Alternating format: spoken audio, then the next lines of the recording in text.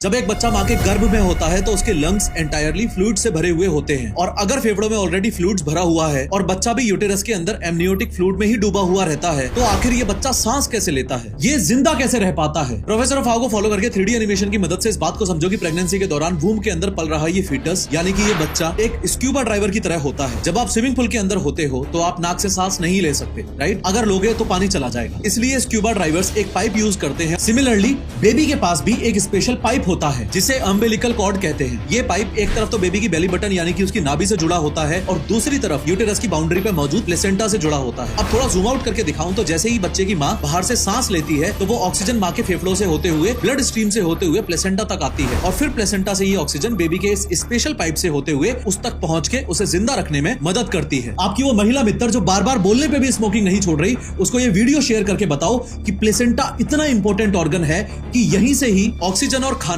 यानी न्यूट्रिएंट्स माँ के ब्लड से निकलकर बच्चे के ब्लड में जाते हैं और बच्चे का कचरा जैसे CO2 एक्सेट्रा माँ के थ्रू बच्चे के शरीर से बाहर आ जाता है। दिक्कत यह है कि स्मोकिंग से प्लेसेंटा जल्दी कैल्सीफाई और वीक यानी कि बूढ़ा हो जाता है। इनफैक्ट कभी कभी तो बेबी और मदर दोनों के लिए डेंजरस प्लेसेंटा एब्रप्शन भी हो जाता है, यानी कि टाइम से पहले ही यूटेरस की दीवार से प्लेसेंटा अलग हो जाता है। यही रीजन है कि डॉक्टर्स स्पेशली प्रेगनेंसी के दौरान स्मोकिंग करने के लिए मना करते हैं।